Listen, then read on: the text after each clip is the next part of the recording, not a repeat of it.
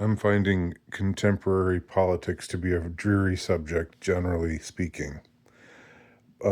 But I have watched a few videos on a channel called Neutrality Studies, which is an interesting YouTube channel. It seems to be European based, and it's what makes it interesting is that it's the the people that it features are, I think, generally speaking, left of center politically, but are independent from the neoliberal orthodoxy that we've all grown to know and to know. And that is to say, they are, even though they're left of center, maybe socially liberal on, you know, certain issues, certain social issues. They're also Eurosceptical, and they're EU skeptical, and they're not big on warmongering, and they're not big on sending armaments and possibly possibly even soldiers to Ukraine to fight Russia, and they're not into talking about Russia as some great menace, and Putin as the new Hitler, and all that kind of stuff. So it's always kind of heartening to hear from people who who aren't don't come from where you come from, or don't hold the same general perspective on things that you do, but who still have this common sense resistance to certain screeds, shall we say, certain I don't know, mind viruses. You know, just independence of mind is always a good thing to find, and that's something that can be found on this page, Neutrality Studies, if you want to check it out. Something interesting that I saw that provoked some thought for me, and this is going to be a longer video. As you can probably tell if you're watching it. I'm going to make a slight exception here, even though it's always depressing to see how few people watch more than 6 minutes. So if I go for 20 minutes, like the average length of the viewership is like six minutes. And I guess some of you, or one of you, was telling me, no, we're watching the whole thing. We're just downloading it, and I don't know. Maybe that's true for some of you, but in any case, I'm just gonna go right ahead and be long winded. Just this time, I'm gonna I reserve the right to do that when I feel like doing it. Um, but there was one time where the guy who I guess hosts the channel was interviewing this woman who is a Swedish, like a left of center Swedish political thinker, but again a Eurosceptic, and a non warmonger, and not fond of the EU, not fond of NATO, uh, and so forth. And she said that she talked about how like third world countries, I think in particular she was talking about African countries, and like that when they when they come to some kind of agreement with China, uh, some they reach some kind of trade agreement. What they get out of it is something tangible, like a bridge. They say, but when we make a deal with the West, with a European country or a North American country, we instead of getting a bridge, we get a lecture. And I thought that was so interesting and so telling. Um, that for a country like China, even, not to glorify China, or to gloss over its flaws by any means, but it does seem that outside of the West, there's not this mania uh, to try to get to try to make the world over in your image, in the image of what the West, whatever ideology or perspective the West now reveres, right? Whereas in the West, with Western colonialism, let's say, in earlier centuries, there was a push to convert the natives to Christianity, which I'm not speaking. I'm not. I happen to think that's a that was a positive thing, on balance. Not that it was always done uh, well, or non-hypocritically, or you know there certainly was plenty of room for improvement. But I think the notion of spreading the gospel is a noble idea. Um, but what this woman was saying now is that now that the West is secularized, uh, they don't talk about Christianity anymore, but they do talk about like LGBTQ and stuff. Like going to Africa and lecturing them about how they need to be more accepting of gay and trans stuff, and feminism, and like that's the new evangelism of Western elites, is this like secular uh, neoliberal gospel, um, the social gospel, um, and that was interesting because it's, to me, it speaks to the I'm going to try to use a fancy word here, or a fancy phrase, or a fancy concept. I guess it's a kind of dialectical thing, uh, in a way, because whatever, like, the identity of the West, perhaps, for whatever reason, there's always been, the West has always valued, uh, I guess by the West I mean particularly Western Europe, uh, maybe Central and Eastern Europe is more of a wild card, but England, France, Germany, the Nordic countries, Western and Northern Europe, have um, always valued, uh, there's always been an idealism at the core. Even if at the core of their world policing, um, even if it's hypocritical, even if it's often done just as a pretext, you know, uh, it still is there, and it hasn't gone away, even though Western Europe in particular has been uh, so thoroughly secularized in the last 50, 75, 100 years.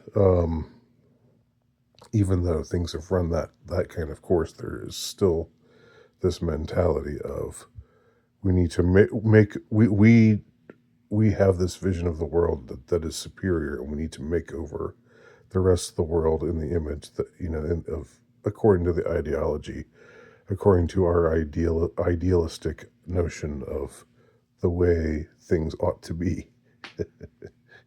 to coin a phrase.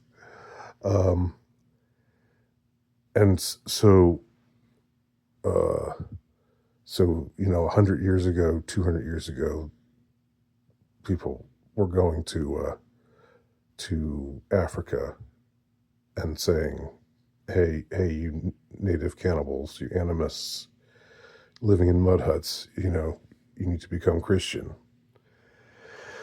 And we're going to make you become Christian. Um, and, again, I happen to think that's not the make you part, but I think that spreading the gospel to the ends of the earth is the Great Commission, and I'm Catholic, so it's part of what I believe. It's not something that I'm temperamentally disposed to doing. I'm much more of uh, you know, mind you mind your business, I'll mind my business kind of guy. But I do think there's a positive. Uh, I think that it's a net positive, generally speaking. Um, but but uh, uh, but now again, the because of this because the West can't change, or the leadership, it's more the leadership of the West. It's those who rule the West right now, I think, are, qualitatively speaking, a greater evil and responsible for the spread of chaos right now across the world.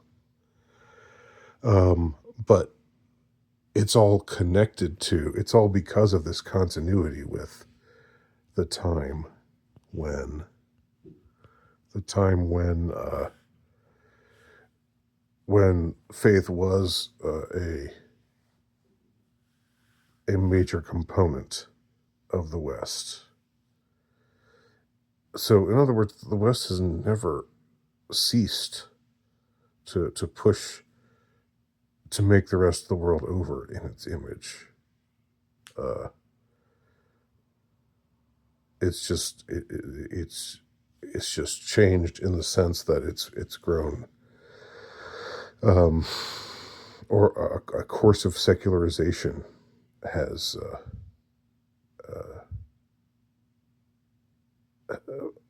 has run. Uh, let me begin that sentence over again. Secularization has run its course through the institutions of the West, and now the West is secularized, if not, uh, you know, um, effectively atheistic. Although there's still talk about God here and there, uh, you know, just kind of as a formal thing, one nation under God, etc., um, or so help me God, or whatever. Little things like that are part of formal declarations that we say in under certain circumstances. But and the citizenry of the West, especially in the United States, is still quite quite religious and quite Christian. Um, but but the leadership is not. Hey, what was that? What was that? We're the United States is a nation of Indians being run by a rulership of Swedes.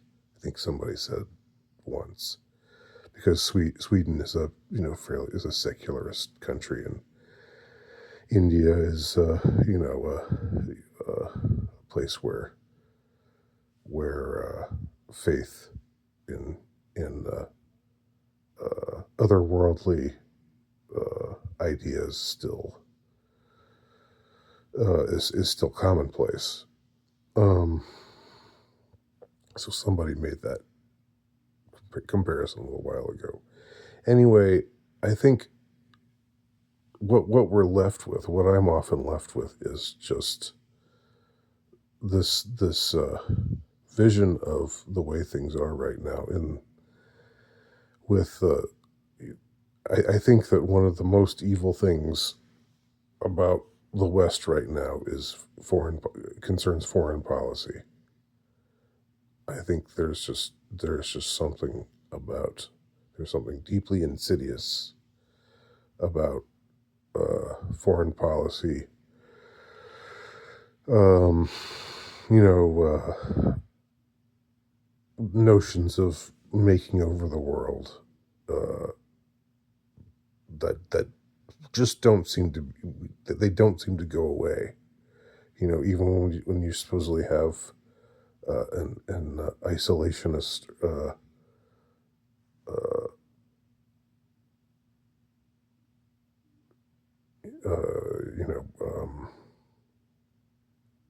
regime in charge now, or administration.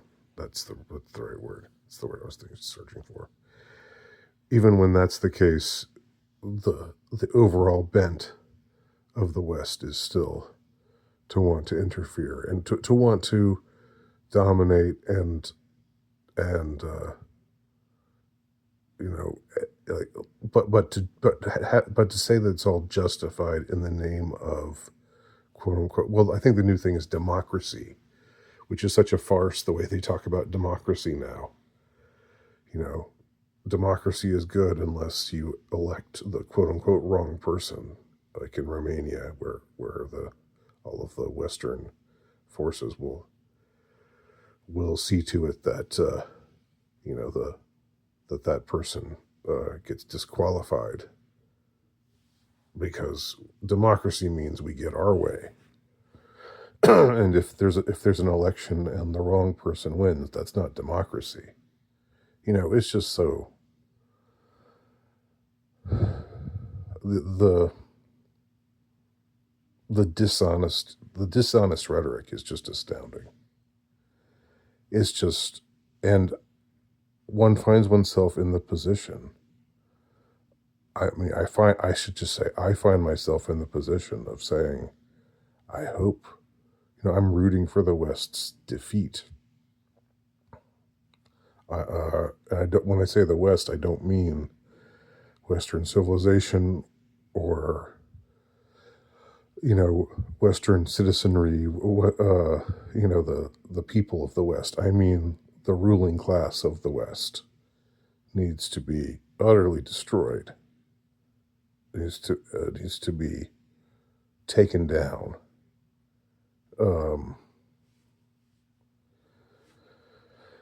Because again, I've when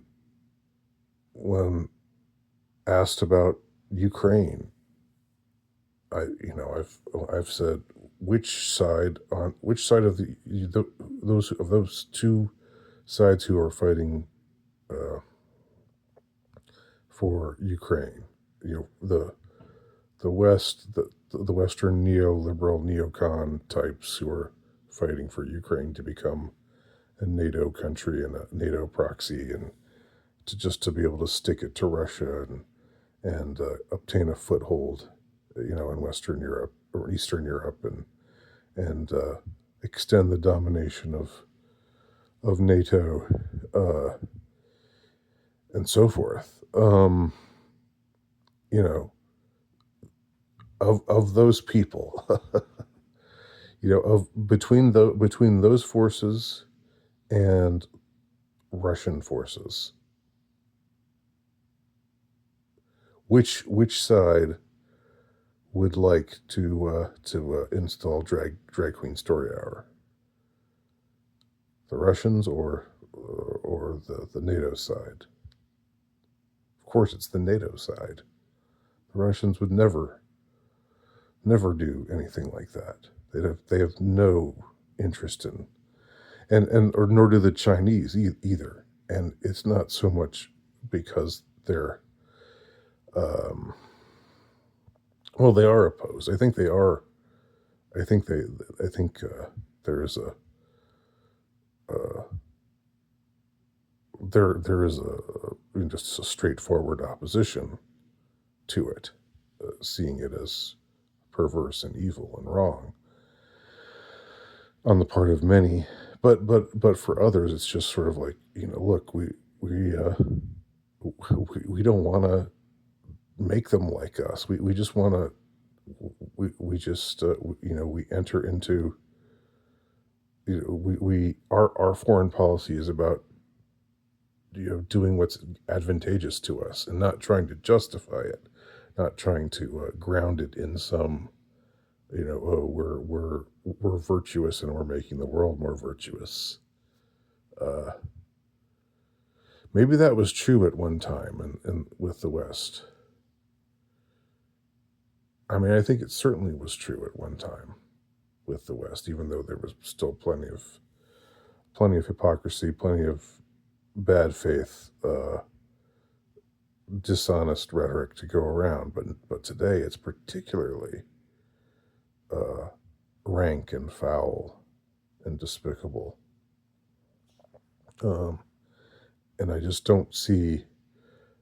I think it would be great if it could be reformed, which is what I think the people who believe that the election of Trump is the second election of Trump represents or represented this sea change and the way that things happen in the West and all that kind of rhetoric that optimistic sort of rhetoric we were hearing from a lot of conservatives and so forth.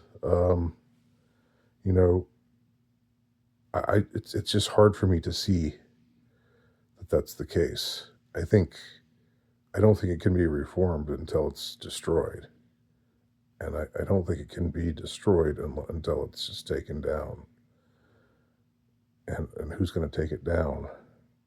It's going to have to be some countervailing force. Um, so that's how I see it right now. Let me know what you think.